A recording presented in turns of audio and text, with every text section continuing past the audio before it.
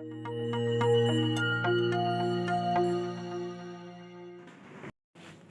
morning, students. I am Rohit from Applied Science Department, working in RPID College campus Kannauर। तो last video के अंदर हम discuss करते हैं रैंडम वेरिएबल। आज हम डिस्कस करेंगे प्रोबेबिलिटी डिस्ट्रीब्यूशन। प्रोबेबिलिटी डिस्ट्रीब्यूशन देखो, प्रोबेबिलिटी डिस्ट्रीब्यूशन क्या होती है? जो मेरे पास जो प्रोबेबिलिटी की value with respect to random variable जो होगी तो उसको बोलेंगे प्रोबेबिलिटी। अगर उसको हम टेबल के फॉर्म में लिखते उसको बोलेंगे रैंडम प्रोबेबिलिटी डिस्ट्रीब्यूशन।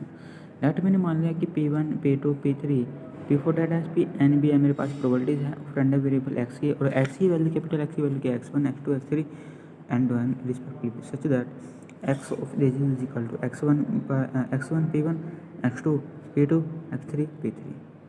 तो this is probability distribution. Probability distribution क्या है? जो मेरे पास रैंडम वेरिएबल की वैल्यू होगी विद रिस्पेक्ट टू प्रोबेबिलिटी, या हम बोल सकते हैं जो प्रोबेबिलिटी की वैल्यू होगी with respect to random variable, उसको बोलेंगे हम प्रोबेबिलिटी डिस्ट्रीब्यूशन, है ना। और याद रखना, जो प्रोबेबिलिटी डिस्ट्रीब्यूशन के अंदर जो मेरे पास P1 है P2 P3 का, इन सब का सम n तक हमेशा क्या रहेगा?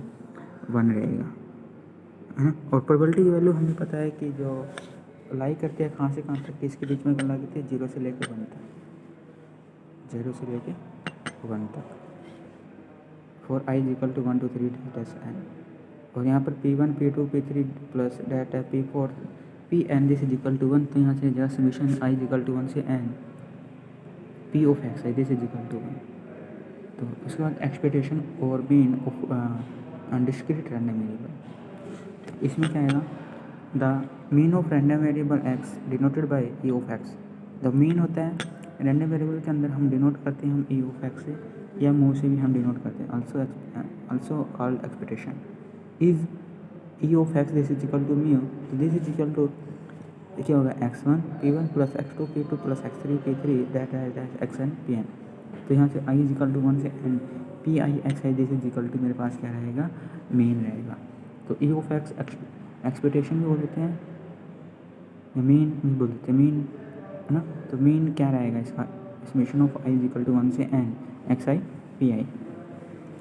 अब हम इसका डिस्कस कर रहे हैं variance of discrete random variable. तो variance of discrete random variable मेरे क्या? Variance of x this is equal to summation i is equal to 1 से n x1 का स्क्वायर P1 माइनस म्यू का स्क्वायर। और यहाँ से क्या आएगा?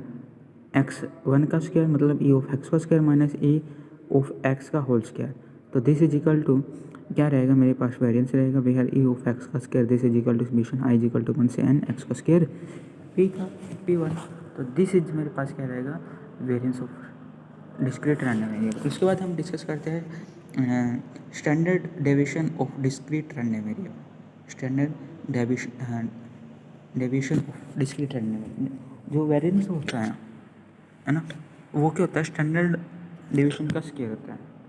जो वेरिएंस होता है we this is equal to मेरे स्टैंडर्ड डेविएशन का क्या होता है? स्क्वायर होता है। तो यहाँ पे हम स्टैंडर्ड डेविएशन की अगर वैल्यू निकालते हैं तो this is equal to root of variance आता है। क्या आता है? Root of variance. तो जो स्टैंडर्ड डेविएशन आएगा क्या रहेगा? रूट ऑफ वेरिएंस आएगा। ठीक है, एक एग्जांपल डिस्कस कर लेते हैं। Pair of die is roll twice. एक डाई को मैंने 2 टाइम्स क्या करा? रोल करा। Find the probability distribution of number of doublets. Number of doublets. तो x denote the number of doublets this is equal to 1 1 2 2 3 3 4 4 5 5 and 6 8।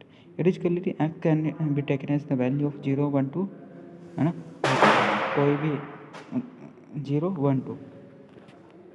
तो probability of getting a doublet के इसकी प्रोबेबिलिटी क्या होगी? 6/36 दिस इज इक्वल टू 1/6।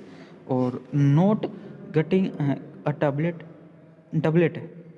नहीं है, double 8 1 minus 1/6 this is equal to 5/6। तो p of x this is equal to 0।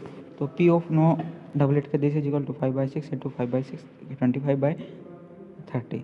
p of x this is equal to 1 this is equal to probability of 1 doublet 1 non doublet. तो 1/6 into 5/6, इसको हम 2 से multiply कर देते this is equal to 10/36। p of x this is equal to 1।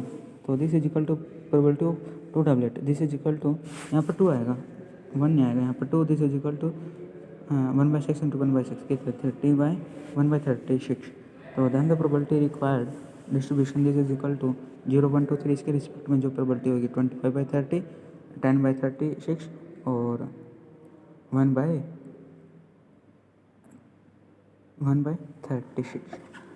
तो this is probability distribution. Thank you.